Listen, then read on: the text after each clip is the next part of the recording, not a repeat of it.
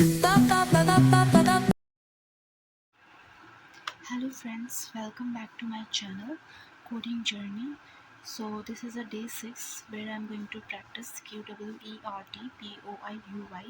once again for 2 hours. So this is the last day of practicing these two words because I had to practice for 6 hours where I divided 6 hours into 2 hours for 3 days.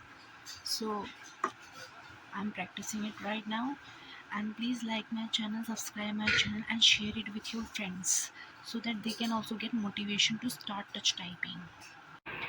Hey guys, so I have completed my practice for 2 hours. So now I'm going to do Python. Okay, so let me show you.